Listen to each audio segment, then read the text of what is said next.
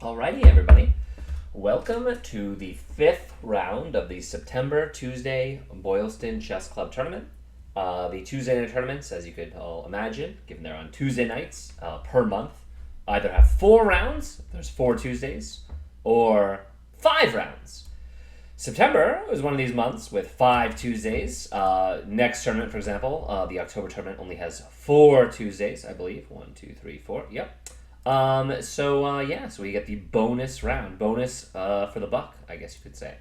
Looking ahead, both October and November have 4 rounds, and then December has 5. All right, cool. I figured I would give that a good old look, listen, and check it out. Nonetheless, I was all set to, I think I primed everyone last week, where I was, imagined that I was going to be playing Mike Brown, he of 1650 or 1680 rating or so, and with the white pieces. As I showed up tonight, I came from a meeting. I don't have that many meetings, don't get me wrong, but I came from one, and then I had to drop off something at Amazon. I then was, I got to the club, and right before the round started, I learned that my pairing got swapped. What most likely happened is Daniel Paley either withdrew or something, so I had to jiggle the matchups around. And I was paired with my pal Zane Jafri. Zane has a pretty long name, and he told me just to call him Zane, and I'm gonna just call him Zane so I don't mess up his full name if I can't do it. Who knows? Anyway, I still was playing white, and I'll let you all in on a secret. 2 things. Number one, I didn't actually prepare for Mike Brown.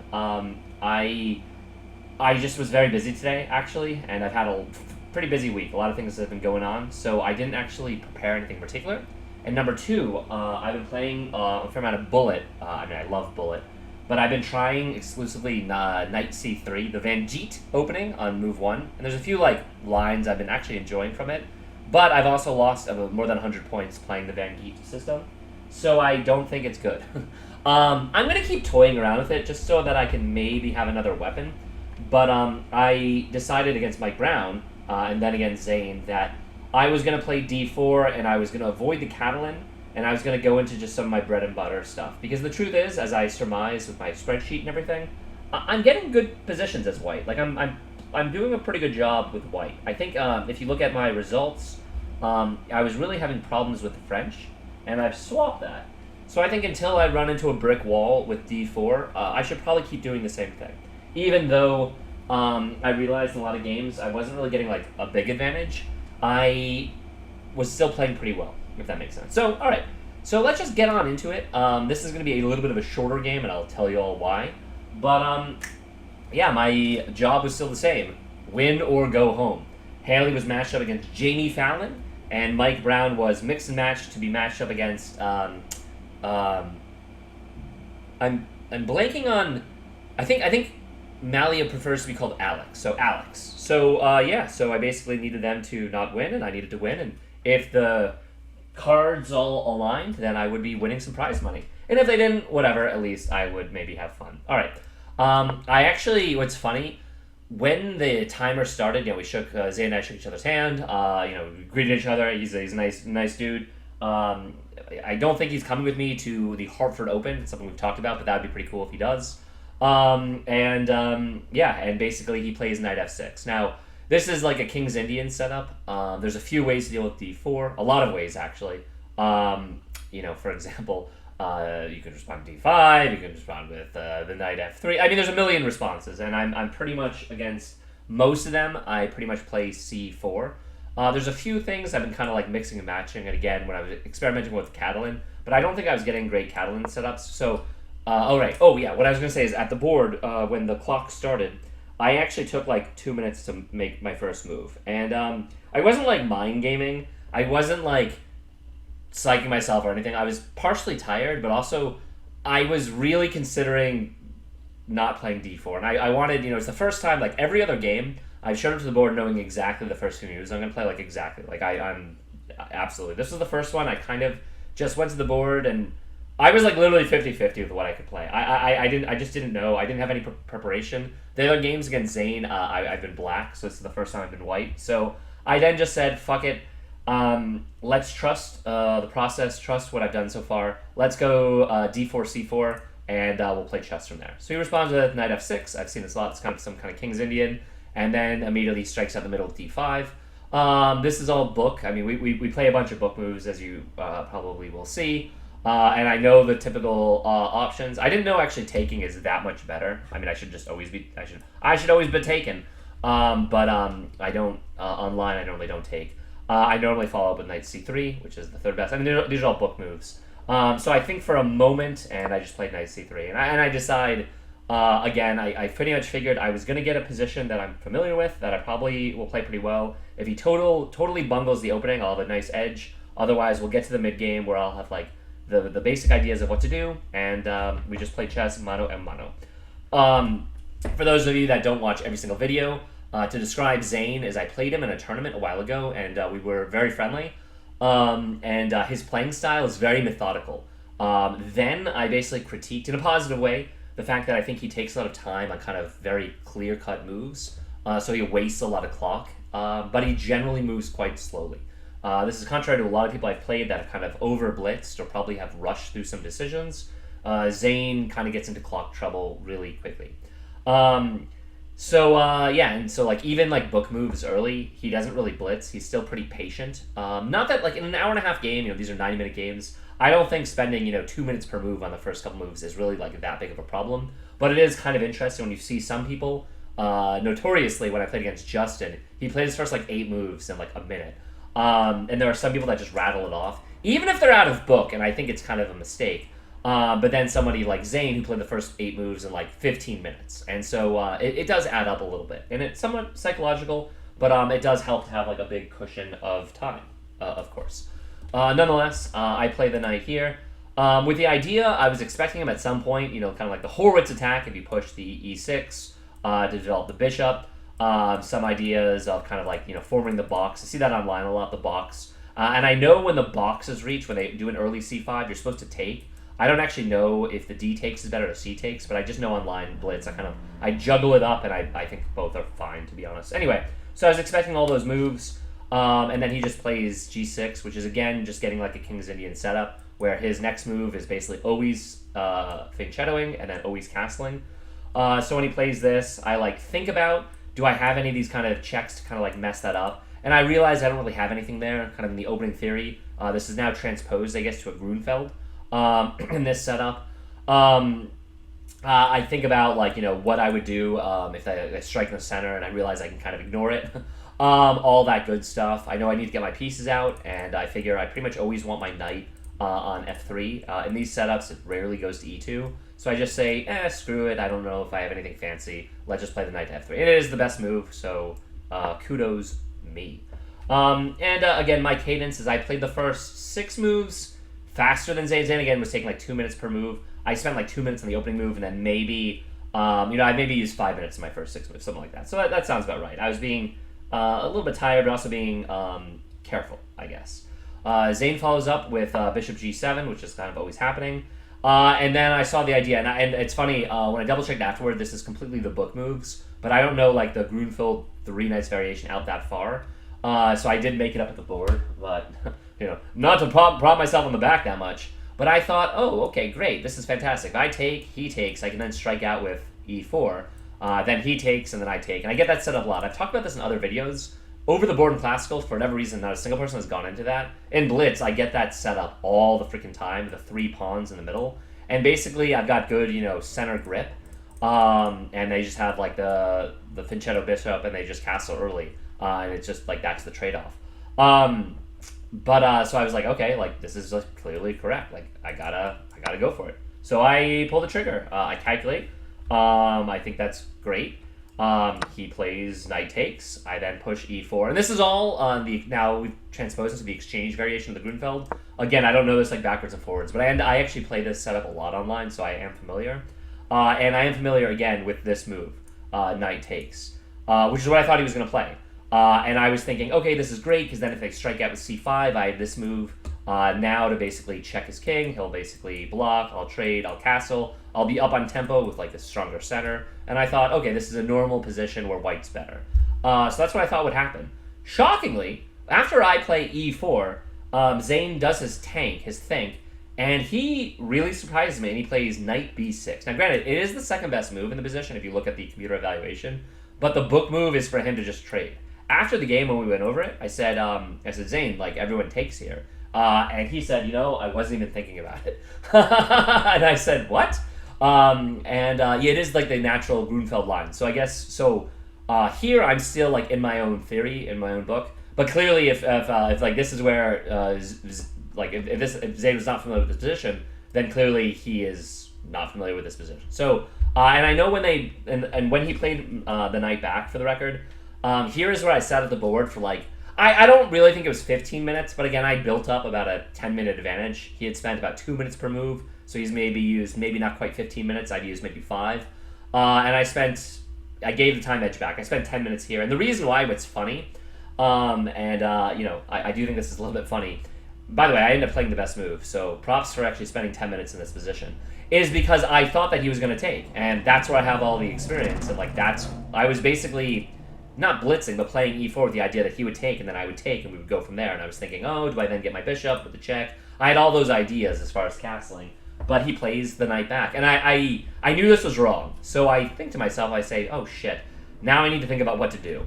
And I think, all right, do I want to bring my bishop out for a check? And I say, not really, because it kind of like lets him develop a piece or just basically pop me back. I can't really go there. He just trades it off. I think that's good for him. My knight would then be on the rim. He'd have easy development. I consider an h4 move, basically monkeying, because I know that this knight is out of play. It doesn't really have this jump or this jump. So basically I'm threatening a5, like a quick a4, a5. And if he moves the knight back, all of his pieces are basically on stupid, we're 10 moves in. He hasn't really gotten past the 7th ring. I thought that would be good. I consider an h4 attack because he hasn't castled yet. I can kind of open it up with this threat. I know that's a common idea as well. All these are moves that are like pretty reasonable. I wasn't actually considering queen c2 in this position, but I think about all of these ideas, all these ways to attack, to pounce. I spent again a little more than the 10 minutes or so, 12 minutes, and then I said, all right, Rob, he has tricky time developing. Let's restrict his squares. Let's keep it simple. Let's play h3, and it is the best move. I'm thrilled. And the reason I play h3, it is a book move, by the way, so I didn't know that this is the Neo Grunfeld at this point. I had to make this up at the board, and this is actually already +1 for white, so positionally it's great.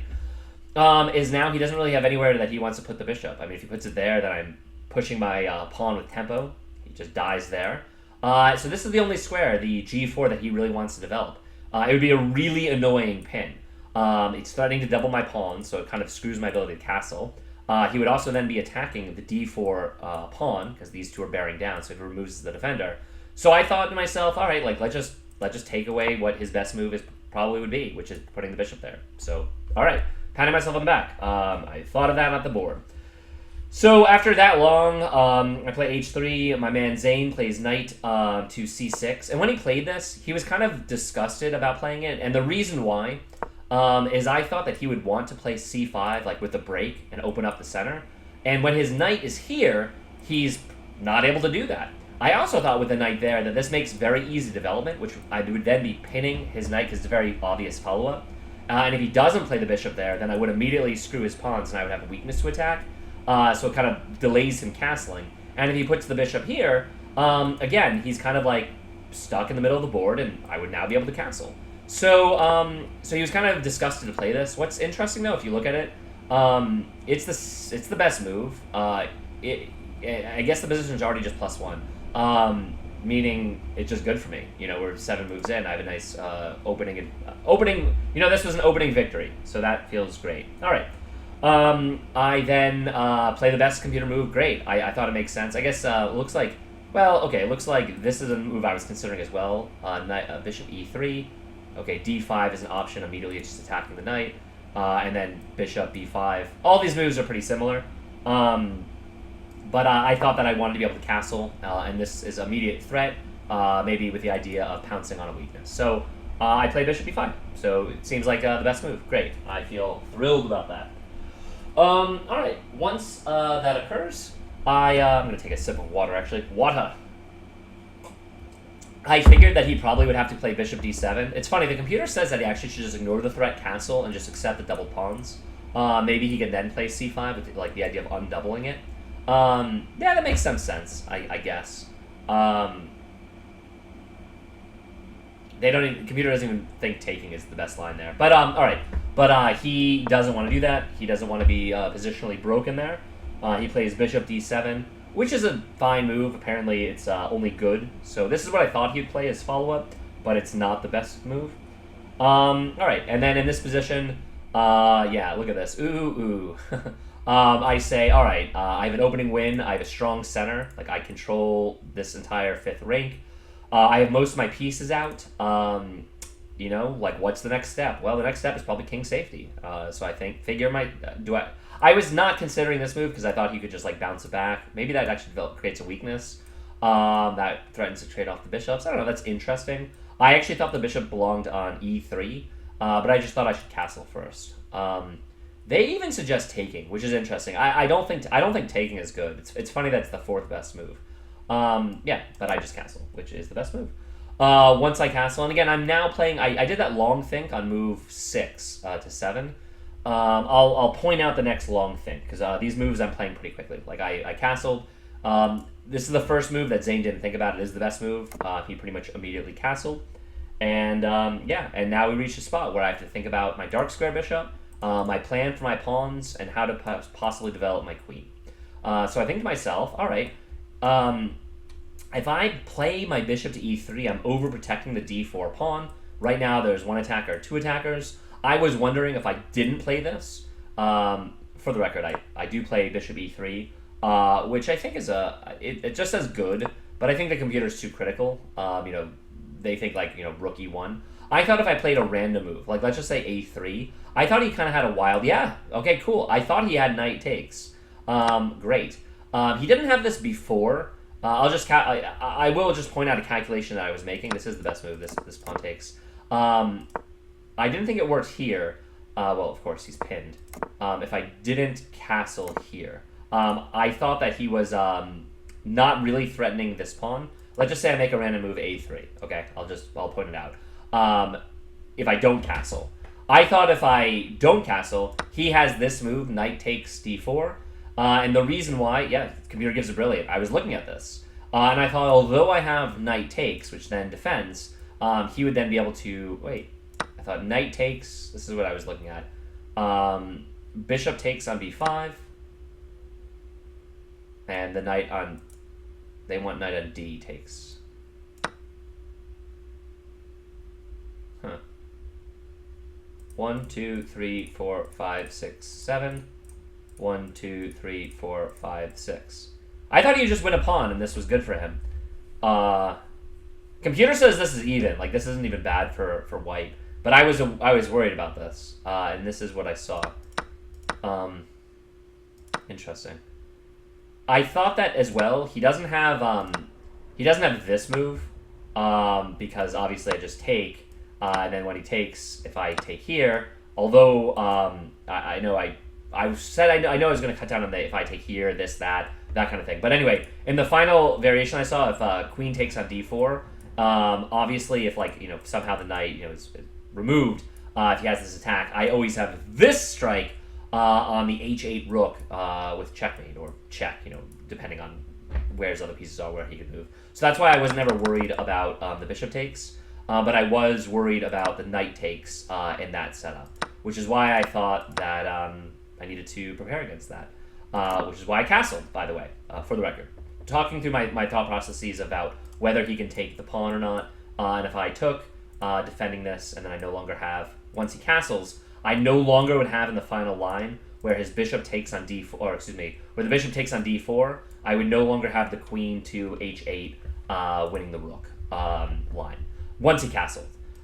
Which is why I thought I needed to defend the d4 square. Just hopefully that makes sense to all of you. Why I thought that I needed to move the bishop to e3 to defend d4. Because again, if I made a random move like a3, I thought here, in fact, he does. I thought he could just win the pawn. What's crazy is in this line, because I'm no longer defending it here. Again, in this line, white is still better, even though black would be up the pawn, which is fascinating again to me. Absolutely fascinating. They suggest, and again, the reason why is this line here where if bishop takes, if I take back with the queen, so he doesn't have the time to necessarily take this, I no longer would be attacking that rook in the corner. Anyway, a sample line that the computer recommends from this position is bishop takes on b5. Once that occurs, the knight takes on b5. And I'm really surprised. If you do the pawn count, 1, 2, 3, 4, 5, 6, 7, 1, 2, 3, 4, 5, 6. White is down a pawn here, but white's better. And I didn't want to go into this because I thought I'd be worse, because I thought he'd still have a very strong bishop, and he could take queens off and he'd be up a pawn. So, like, this is... I feel like my positional grasp is pretty decent, but I have no fucking clue why white is possibly better here. Yeah, like, hello? And apparently the only move for black is c6. Like, if... Here, I'm just going to do a sample line. Apparently this is just losing. What am I not seeing here? What am I not seeing? Obviously, we go rook takes. c6. Knight d4. Can anyone help me out here? Oh, I'm up a piece. Oh. Okay. Wait, how did I end up a piece in this setup?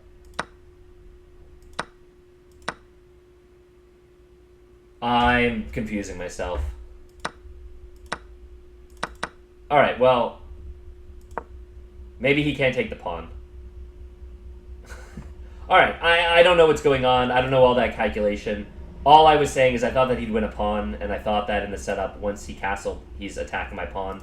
So that's why I thought I needed to overprotect with bishop e3. Maybe I'm out of my mind. 1, 2, 3, 4. 1, 2, 3, 4. Okay.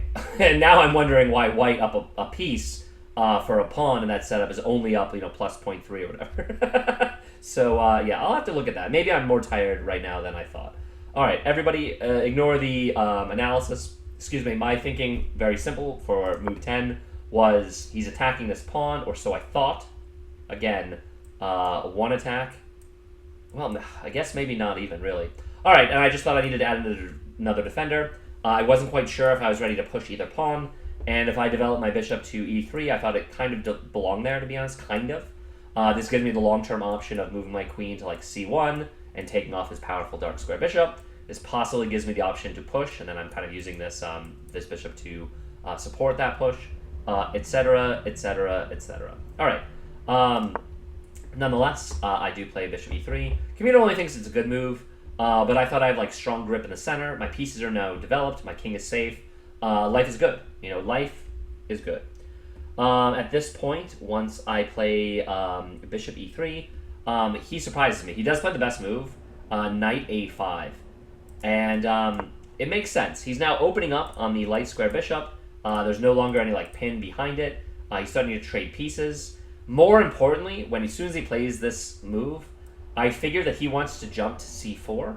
And I feel like that's annoying for me, because then he can maybe take off the bishops, which kind of removes a defender. It kind of has a very strong square here. I'd have to play something like b3, which is then weakening, because it opens the door for his dark square bishop to open up on my rook.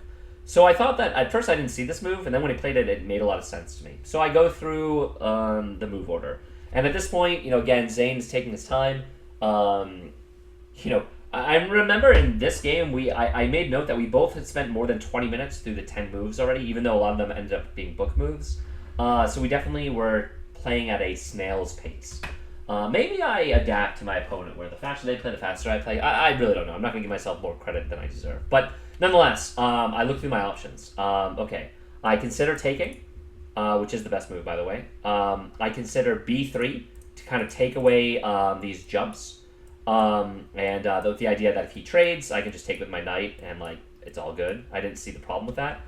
And I consider, I thought that maybe right away rook to c1 could work as well. They want to play queen to c1, maybe to take away the powerful bishop. That makes some sense too. And they also don't mind just moving the bishop back to e2, which is an interesting idea. We have a space advantage, we can just use it. Just kind of keep leaning on it. I don't think that's a good move though, because he could then just jump into c4, which is what I wanted to take away. Anyway. I think for a while, and I decide it's not a big deal if he takes. And I thought that in the line, yeah, I'll just play what I played. I played b3, which I think the computer has as as one of their candidate moves up here, but it's not one of the better moves. I thought it was decent. Yeah, there it is. It's in the top 5 moves. All right. The reason I didn't trade bishop takes is I thought he would go queen takes, and I thought with queen takes d7, I'm kind of helping him develop. I still have this problem anyway, where I kind of want to play b3, and I just think his queen is in a better square now. Like, it gives him faster development to like double up with the idea of like pushing a c5 break. So that's why I didn't like trading myself. They do, with the idea of just very calmly and coolly playing like queen e2 or something, which, you know, fine, whatever. Fuck it. I thought my rook belonged here and the other rook belonged here. Those were the open files that I kind of wanted to play with in this game. Alright, well, nonetheless, I play b3. He didn't take that long on this move, and he just plays bishop takes. It's funny. The computer suggests the c5 break here, which is definitely an interesting move, for sure. But he doesn't do that. He goes bishop takes. Obviously, I only have one move here. I'm not going to let him just win a piece for nothing. Piece for nothing, and your chips for free. I feel like that's a Dire Straits song. So I take back, obviously. Once I take back, let's see, move 12. He now plays a6. Is the best move. He gives my knight the bump. And here is where I spent 20 minutes. I built another 20-minute advantage. I have like an hour 10. Zane's already down to below an hour, by the way. 12 moves in. He's already below an hour. Again, he really takes his time.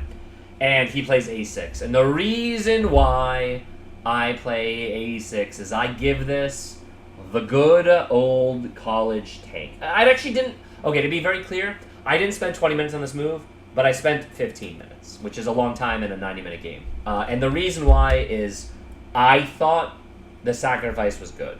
I did. So I sacrificed. No, I'm just kidding. I thought for 15 minutes, looking at all the lines on the sacrifice. And let me extol my thought processes. All right, here we go. I was thinking, oh, what fun it would be to sacrifice, because right now this pawn is defending this knight. This knight is on the rim, completely undefended. It doesn't really have a lot of jumps. And I was looking at that. I said, this is taken away. This is taken away. It could be wiggled in here, but then perhaps with tempo, I'd be able to push d5, which then opens up in the other knight. And obviously, it can't move back to the pawn. So I thought that in a lot of lines, this knight was falling. I thought if I took, the only line was for him to take with a queen, and then I immediately play rook c1. And the idea that this is so strong is that it completely invalidates his dark square bishop. He no longer has a target, especially because I want to play d5 anyway with tempo. So then I would be owning this file. I'd be bearing down on his queen. The reason I spent so long, by the way, for the record, I do play the best move. I then couldn't see how it worked necessarily, so I played knight c3, which is the best move. It retains a +1 advantage, which is great. But the move I really was looking for, and I did spend 10 minutes trying to make work, was knight takes on c7. Now, the computer would have given that a blunder, but the reason why is I thought, I mean, obviously he can't ignore. He can't be, like, spooked by this and not take. Everyone would take, okay? And then the line I thought that was best is rook c1, because it gets it off a bad square. It's kind of under attack for a more active, again, like checking the queen, basically. So I saw this, which is the best follow-up. The problem is, when I got here in my mind, I thought that there were a million moves for my opponent. Obviously, he can block with the knight. He could just simply move his queen. He could do something zany, like sack, but I think that would be awful. And the problem was I spent 10 minutes in my mind in this position, and I just didn't know what the best move was, and I thought that maybe my opponent would be able to find it. And so for a sample line. So I thought, okay, it ends up being queen d6 is actually the best response. In my mind, I was putting him on, like, d8, which is the third best. In my mind, I was moving him to this square a lot. And the idea, I thought, is he wanted to remain defending his knights in some lines. So that's where I put it. I didn't know where the best square was, to be honest, for the queen. Like, this is part of the reason why I didn't go into it, because I thought that if he was the one under the pressure, needing to move his queen, he would do a better job defending than I would anticipating a few moves out. Nonetheless, in this position, I saw like a d5. So I saw this. again, opening up on his pieces with the idea long term of playing this move, queen to d2, attacking these two pieces. So, and again, with his knight jumps completely taken away by my very powerful pawns. So I thought that maybe it would be a very tricky way to win a pawn, solve my deficiency of the rook in the corner, and get a rook on the open file. However, I didn't play this because I got to this position in my mind, and I thought, yeah, if he just swings the rook in here, basically, again, getting kind of contesting the rooks, I thought that even if I move my queen up, which, is the computer best move, which is kind of what I saw to avoid, any of the shenanigans, I thought best case scenario, I'm winning the piece back, but I didn't know. It was too much calculation for something that when I invalidated, when I didn't go into it, I thought I could move the knight back and my position's still really good. You know what I mean? So I did spend a solid 15 minutes considering the sacrifice, thinking it was probably pretty good. And of course, I wrote it down on my score sheet. Knight takes c7 question mark with an asterisk next to the 13. I very rarely do things like that because I wanted to basically make a note about whether this was good. For the record, if Zane found the best, if I actually went into this and he found queen to d6, the position's not winning for him. I mean, -1 or +1 for either player at my level it's not meaningless. It's an advantage, but it's hardly like you're going to win or lose. Even though I have a lot of piece activity, his knights are terrible, and I do own the file. I didn't think, and I do have a very strong center. I just didn't think I needed to go into this. I mean, that's the bottom line. I just thought that my position was pretty comfortable by just returning my knight. It is the best computer move, so I feel pretty good about it.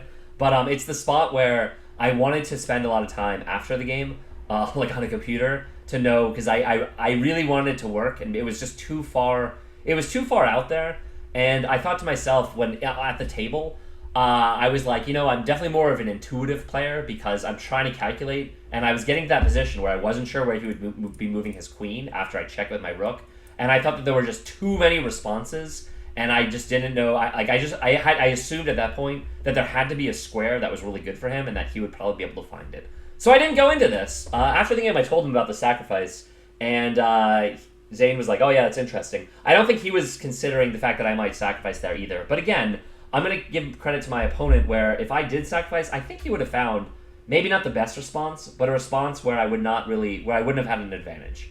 It does look like if you find the perfect response, like a computer response, you're in good shape, but if you fuck up, you're not. So it's interesting. I'm kind of curious. Feedback, if anyone wants to feedback that spot, because it really is interesting. Anyway, I play knight c3. Let's move on with the actual game. And then Zane realizes his knights are really misplaced at these sides of the board. He's going to start moving them back over to the king side, which again, with like sort of King's Indian or Grunfeld, it kind of belongs more on this side of the board, which I can relate to that. After my long think about whether to sacrifice or not to sacrifice, that is the question, I play this move immediately. I play rook c1. It is the best line, the best computer move, excuse me. But the reason why is I wanted to play rook c1 for the, I wanted to get away from the open bishop.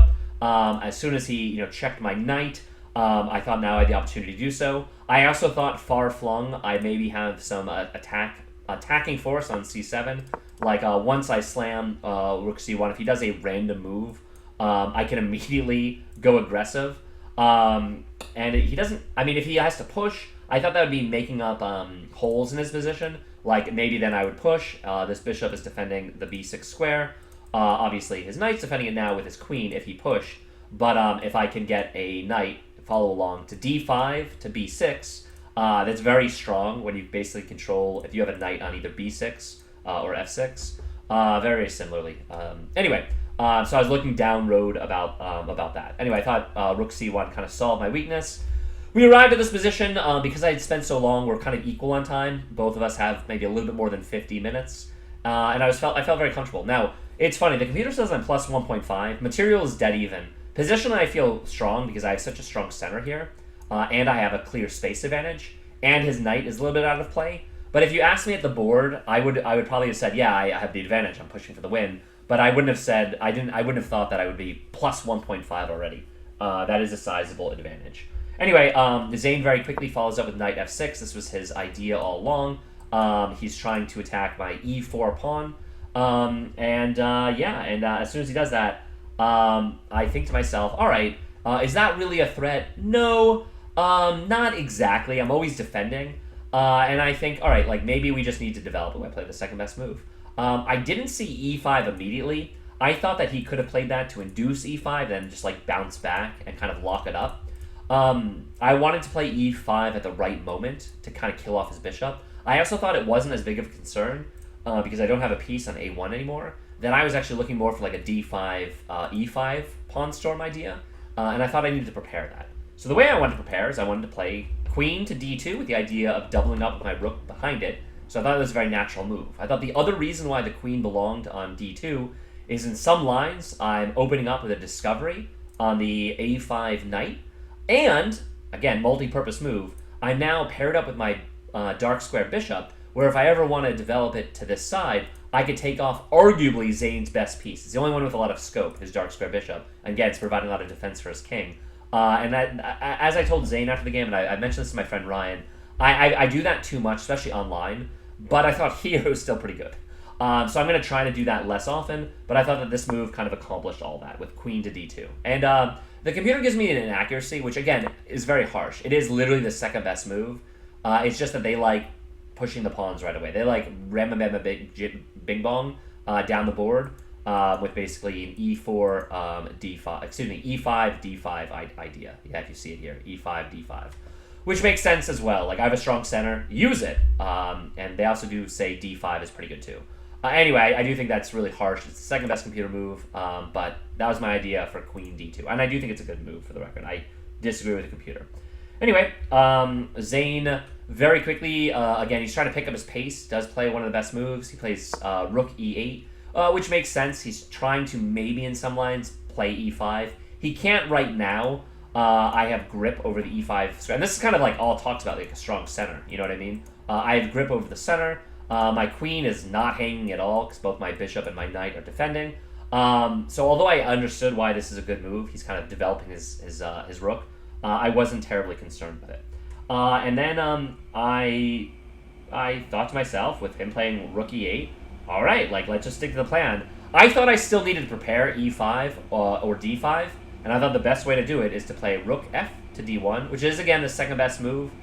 They do see, like this is what I mean. The computer does say the line of basically playing the bishop out here and trading off the two pieces is good. It is the best move, which is funny. If he didn't play the rook over, the other reason why he plays the rook over is he's clearing out a spot where if I do develop my bishop here, he can maybe drop back. So anyway, for the record, these two moves are 0.03 difference. It's not a big deal.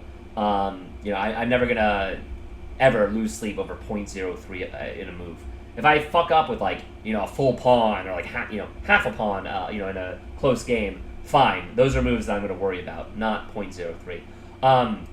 Anyway, it's funny that the computer does like this move here, but the reason why I didn't go into this plan is I thought that his best move, the computer just ignores it, but I thought that he could also just drop like bishop h8 or something like that, and it's really not a big deal. But if he didn't play rook e8 here, like let's say he plays, what does the computer suggest? c5. Striking at it immediately. Let's say he makes a random move. Let's say he plays knight c6, which is not so random, but it's getting his piece off of the rim, back into the game, and away from this discovery. I thought here they want d5, that makes sense because it's a target, of course, but I'm kind of curious here how good the plan is, because now it kind of forces the trade. Wow. Oh, it's because he's attacking the... Okay, that's why it doesn't work. All right, pretend, rather than that move, which actually does something, let's give him a random move like b6, okay? This, I don't think he would ever play, but apparently it's not like a bad move. Now, does this work? No, not really. Because now he can play c6. Whatever. Alright. Whatever. Not a big deal. I play rook f d1. It's funny the computer thinks it's good after he moves his rook. The whole idea, I thought, was to trade off these pieces, but it doesn't really matter. Alright. I double up because, I'm bearing down on his queen. It makes a lot of sense. I think that, I'm preparing d5. I have all my pieces developed. I have the open half file. I'm underneath these passers, center pawns. His knight is still out of play. My king is very, very safe. My h3 move is actually pretty good because it's taking away this potential knight jump to g4. And I literally, I just think I have like a rock solid position. Rock solid. Now, according to the computer, positionally, I've won. Again, which is crazy because it is even material. But at the board, I certainly didn't know that. I felt like my moves are good, my position was good, but yeah. All right, anyway, Zane does play the best move, or one of the best moves. I thought at the board that this wasn't a good move because it's a weakening move. He keeps moving his pawns here, and he's not giving a jump for his knight. But it makes sense. He's trying to stop d5. I've prepared it. I wonder if it's still good anyway. But as soon as he plays c6, I think to myself, whoa, wait a minute, buddy. And he spent about 10 minutes on this move. And he clearly was, like, uncomfortable at the board, like, not happy with his position. And I think it makes sense. I mean, I'm plus 2.5, so that's why he's not happy. He doesn't have a lot of good moves. There's not a lot of moves to improve. He doesn't have a good way of cracking at the center. He can't quite play c5 yet, although it looks like c5 was his other choice. But yeah, honestly, if he played c5, I 100% was pushing and ignoring it. And c5 looks like it's one of the better computer moves, but at the board, I would have thought that would have been a very bad move. However, as soon as he plays c6, I think of this sorry-ass knight that has very few jumps. It does not have this move, it does not have this move, it does not have this move, it does not have this move. So I think, how do I attack it? And I think to myself, well, I don't really have a discovery because his queen is defending his knight. All these jumps of my knight doesn't really work. And I kind of think of a wicked plan. Wicked plan indeed.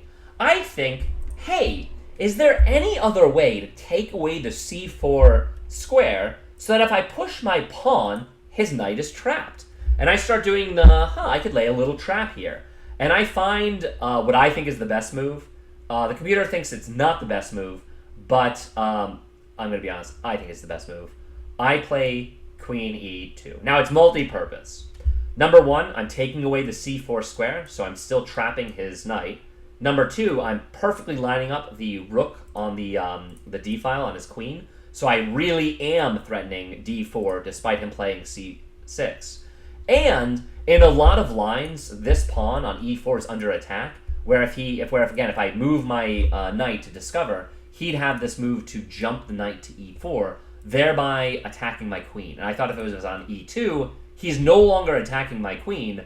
I don't give a shit about that pawn anymore. So I think it's the best move in the position, moving it over, preparing to push forward, setting a trap for his knight, and dodging these potential lines where my queen is under attack. So I play queen e2.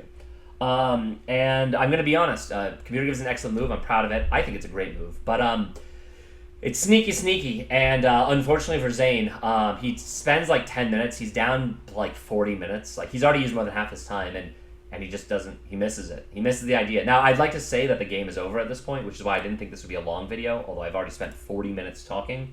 But he has to.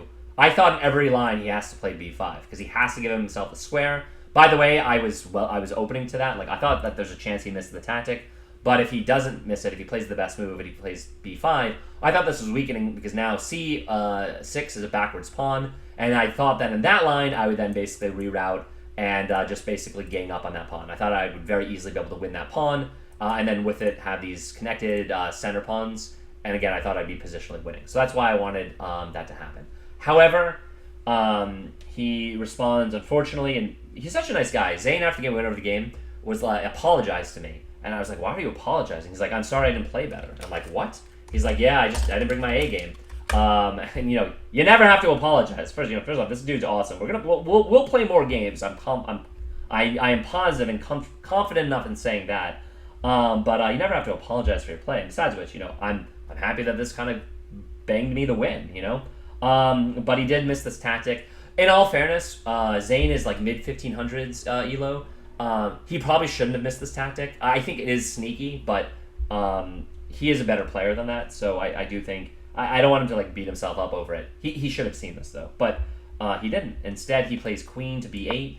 I took a minute when he played this because I didn't like immediately blitz, and I was thinking to myself, I was like, why did he do this? And my default was he probably missed my idea of b4.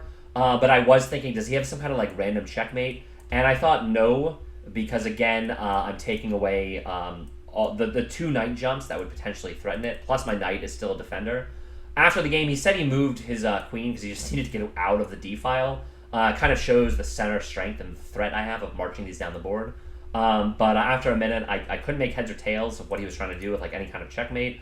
I thought in all lines I'm winning a piece, so I just then played b4. Zane was pretty unhappy with himself at this point. And what's funny is he actually should move back, which is what after the game I suggested this. Just kind of accept the piece for the pawn. And I thought that I told him that his only chance at this point, it is already +4, +4.5, is to use the what would be 3 against 1 when open up the dark square bishop and try to generate counterplay by attacking on the queen side there. But tilt is a real thing in chess. He probably could have resigned, to be honest. He didn't. We end up playing another like 30 minutes or so, which again, I'm not going to do my typical complaint about that for like several minutes, but again, people can play as long as they want. I've, so far in these games, I think against Phineas Haig, I lost a game where I was up a bigger advantage. That one I think was more just trying to blitz against my opponent, blitz versus blitz. That was a learning experience. I will say in a situation like this, with just up a pure piece for like nothing, again, if I was playing against a grandmaster, I still would lose the game. But against somebody around my level, I really should convert almost always. Almost always, which means not 100%. And I don't know if you guys remember, but the last time I played Zane, I was totally winning an endgame, and I hung checkmate, checkmate in 2, where I just totally botched it. We both kind of joked about that after the game, but it's true. Like, I'm not so sound or so, my technique is so good where this is not, like, winnable from him. So I do understand people who play it out. So I will say that the game is kind of over at this point, so I will just play the next few moves a bit faster. Tilt is a real thing. He goes b5, which is actually the second best move. Again, I thought that he should just accept the loss and just recapture that way. He'd have some threat and then try to march the pawns down. I don't waste much time. I didn't think I was going to like give him his piece back. I say, fuck it. I want a knight. Let's just be up a full piece. I take b takes on a5.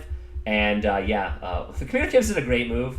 The computer's annotations, let's just say, that's the only move there. Computer annotations are, sometimes they're an ego boost or whatever, but like, yeah. I thought that he should play b4 as well. It's funny. And I thought the line, if he plays b4, I would play e5. Yep, the computer agrees. With the idea then if he kills, I kill, he could take back, and then I would take back, and I'd still be bearing down on this pawn. And that's the line I saw. I did think he should play b4, though. I thought that was the best move. Instead, he plays e5, which is... Does he? No, he doesn't. No, instead he plays knight to d7. And yeah, at this point, as he said it, and I kind of agree, like, the game is in rough shape. Just to give you an idea of what I thought he should do, the sample line, I did think he should play b4. Try to make use, basically try to, like, push or so. This knight doesn't really have a great place to go. And I thought e5 was the answer. And then the line I saw is I thought that he would take, and then I would take on f6. And then from there, they actually think pawn takes is better than bishop takes. I thought he would take with the bishop, for the record. Again, this is what I saw in my head, and then I would go rook takes. And I thought from this position, I do have this isolated pawn. It's a little bit, like of a target for him. And I do have kind of ugly doubled A pawns. But at the end of the day, I have a knight and he doesn't. You know what I mean? So like 1, 2, 3, 4, 5, 6. 1, 2, 3, 4, 5, 6. These two are doubled, and this one in some variations might fall. But white is winning here. But I felt that this gave him like practical chances, maybe, with the idea that he could maybe like gang up on this pawn, and these ones aren't a threat. That at some point he could maybe get into an endgame where I don't know. I don't know. This is kind of what I thought. Oops, no need. Sometimes I just draw random arrows. It is what it is. Anyway, that didn't happen. He did not play b4. Instead, he plays knight d7. And from this position, we've only played 20 moves. Zane is already in time trouble. He is below the 20-minute mark at this point, I think. He finished the game with like 8 minutes, to give you an idea. He doesn't really have a good move, unfortunately for him, understandably. I think to myself, all right, like, I was going to play e5 if his knight was there. And I think e5 is good anyway. And the reason why is I'm locking down the center. The c6 pawn is a permanent weakness, and by moving e5, I now have a jump square for my knight, and I would just bring my pieces over with the idea of hopefully checkmating him. So I play the best move, which is awesome. Play e5. Zane doesn't want me to keep pushing my pawn. Apparently if he takes, I then have this move or so, with the idea of then jumping it and landing my knight on e6. I didn't think that far forward. Instead, he just creates another weakness. He plays e6, which I thought was a bad move as well.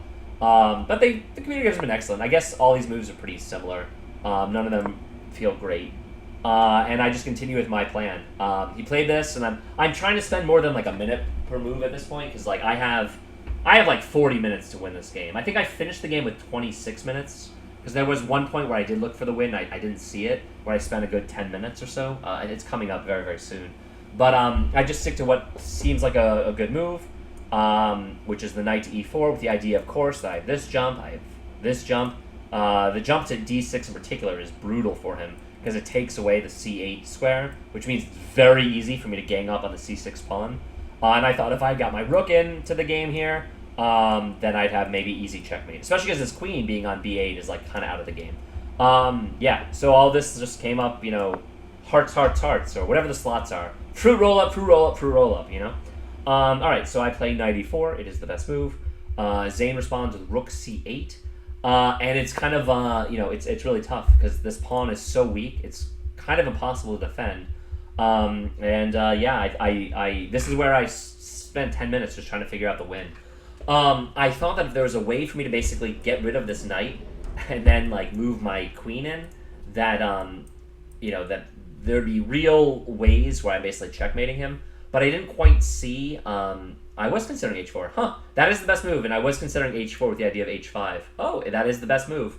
Just trying to open up this side of the board, because everything on the left-hand side, the queen side, is just locked up. So it was actually one of the plans I was considering.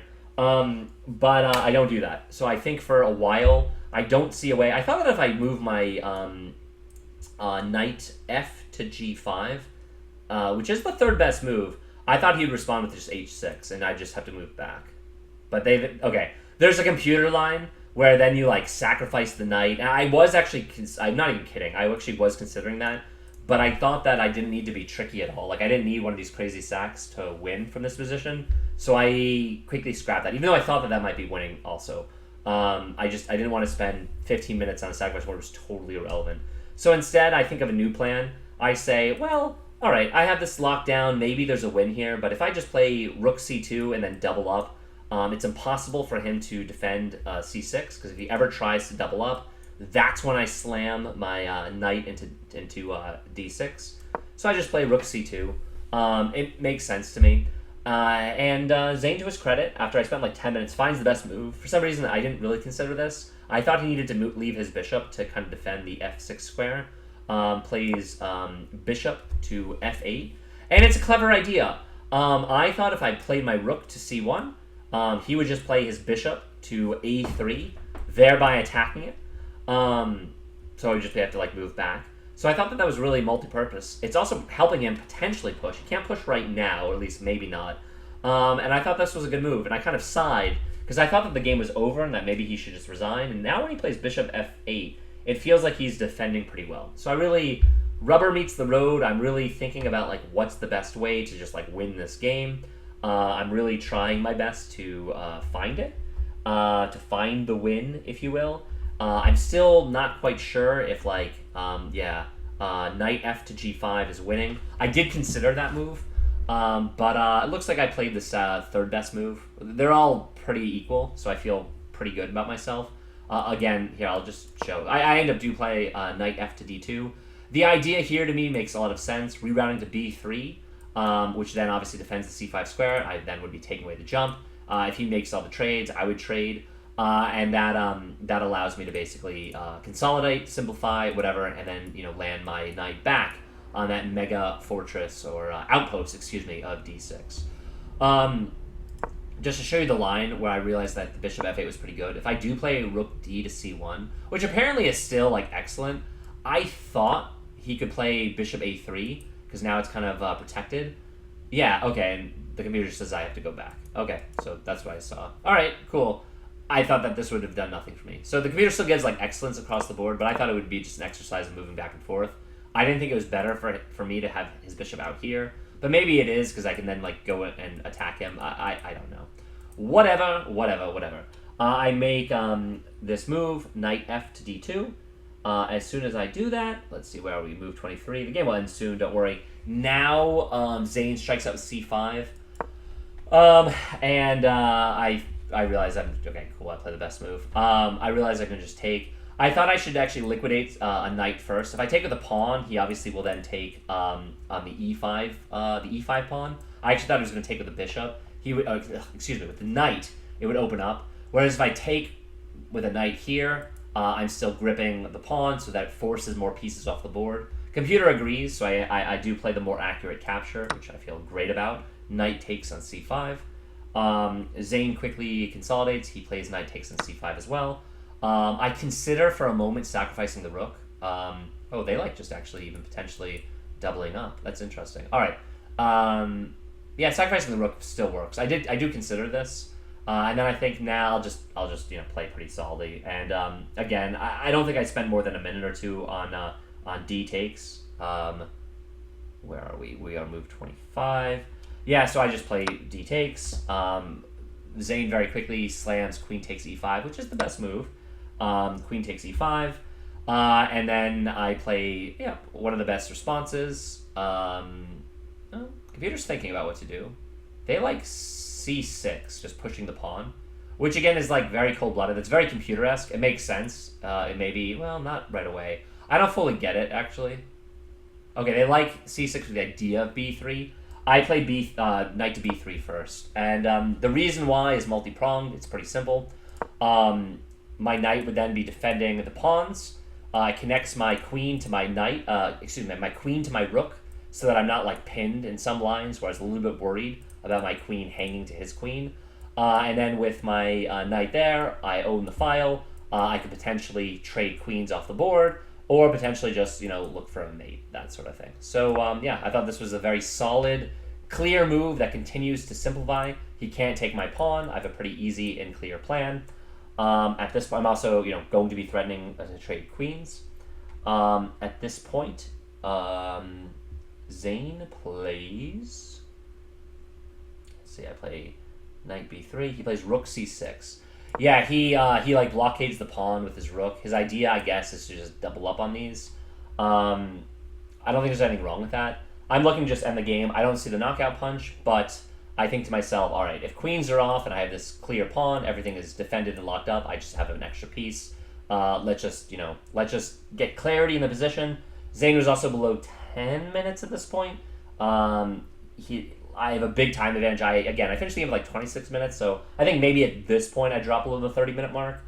Now I just played bishop d4. I don't know if this is the best move. According to the computer, it's not. Oh, I get an excellent. But I thought that this forces queens off. If he doesn't, I move up here to queen e5, threatening mate, of course, on h8. If he takes, I take with a rook, and it's just very easy. I own these strong pawns. I'm going to basically get my pieces into the action, and it's going to be hard to not win. You know what I mean? Like, even against, a strong master with the queens off there, I should be able to win. Who knows? Probably. You never know. He plays queen f5, just sidestepping it, desperate to maybe keep queens on the board somehow.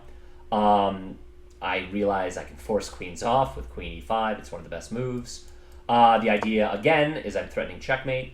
On the square, I force the queens off, and once they're off, I should win the game very easily. He now takes. I take back with the bishop, of course. I'm not gonna let him win this one. I'm not that nice of a guy. I want to win every game I play. Once I take with the bishop, he now plays rook a to c8. The idea is that he's gunning down on this pawn. And I see that he can't really take it. The idea is, I don't know if you guys can tell, but I potentially have a back rank checkmate. I thought it's kind of clever. And I think to myself, all right, what is a good waiting move that improves my position? And I think if I move my bishop to f6, I can threaten to just trade the rook off on d8. Moreover, I'm preventing him from playing f5, which gives him like room for his king to kind of get into the action. Looks like they prefer just doubling the rooks simply like that. And I did consider that. I thought that was fine. He would probably trade. I would trade. He would trade. I would move here. We would do a whole bunch of trading at the end. I'd basically be left with a bishop, and that's simply winning as well. But instead, I play bishop f6. I think at this point, none of the moves matter. He's down to 8 minutes, and now he plays bishop takes. And I, say, all right, good game. I immediately go rook takes, which is the best move.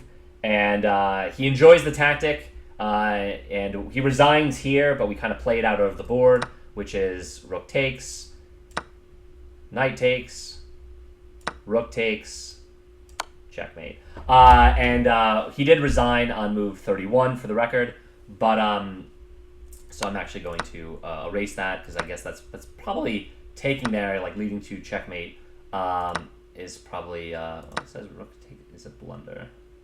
I mean, I don't want to count that against him for like accuracy because he did not play this. He realized it, but which would have been a mistake. So let's be. There we go. All right, and my opponent Zane Jafri resigned the game at this point. Man, it's already a minute, excuse me. It's already an hour long, and I thought this was only a 31 move game. But I did spend a long time on that knight takes c7 idea that sacrifice that I didn't end up playing. I was going to go through my spreadsheet and stuff, but I'm pretty happy with this recap. I have some good and bad news. Let me first save this game, of course. White player, Eckstut, Zane Jafri. Result is, whoops, white wins, and we'll just put it around 5. All right, I'm going to save this to the September Boylston Chess Club September Swiss. Boom, 5th game. We're going to do the review. I'm not going to go into my spreadsheet tonight because this game recap has gone long, as usual. This is what I wanted to do. Yeah. These are my chess stats. I lost actually like 100 points of bullet. Where are we? Here we go. This is not updated, but I finished because I got moved away from Mike Brown. Mike Brown played Maulio Soto, and he won, so Maulio lost as well. Props to Haley. She played Jamie Fallon, and she won, making her 4 wins and the bye for 4.5 points. Haley Cope was the clear winner of my division. Mad props. She also just adopted a new cat, so big up respect. Cute cat. So the only bummer is Mike Brown beat Maulio Soto, or also known as Alex. So I didn't have an opportunity to win any prize money. I will finish 3rd out of 9. Still pretty good performance by me, I think. 3.5 out of 5 is really not bad. After having that pretty horrible tournament last month, where including the quad, where I dropped 150-ish points from my provisional rating. This doesn't include my win tonight, I think. I am storming back close. I'll probably finish my provisional games close to 1,500. I'm obviously hoping for my rating to be quite a lot higher, but I will take it for now.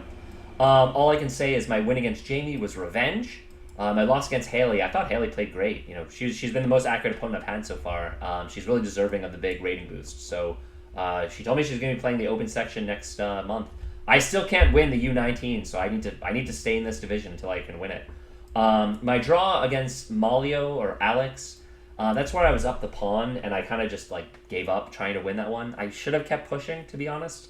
So that was just lack of heart for me. I think I was just so exhausted. There's a lot of stuff going on. My win against Arya was a good, solid win. I'm very proud of that game. And then my win against Zane was revenge for the shorter form game from last month's quad. And I'm pretty proud of this game. So, so all in all, I'm not really displeased with this tournament at all. Really, the only game that I wish I could do differently, 91.8, it's pretty good, would have been the game against Alex. The game against Haley, I think she just deserved the win. She played better than me. But of course, I'm eager for a rematch. So far, I've revenged both against Jamie and now Zane. All right, I'm going to go over the review on my own. I'll add this to my spreadsheet. I'm going to sign out here. A 91.8 is pretty good. Zane played pretty decently again. It's just I think I played a strong game. We played a good amount of book moves. Looks like in our opening, opening was fine. Zane's middle game not great. My middle game Boom. Very, very strong. All right, cool. I'm proud of myself. There's nothing wrong with being proud of yourself. I'm going to have another sip of water. I might play the quad. The October quad is the first weekend, so it's actually coming up in a few days. But I will end it here. Have a wonderful night or day, depending on when you guys are listening to this. And yeah, have a good one.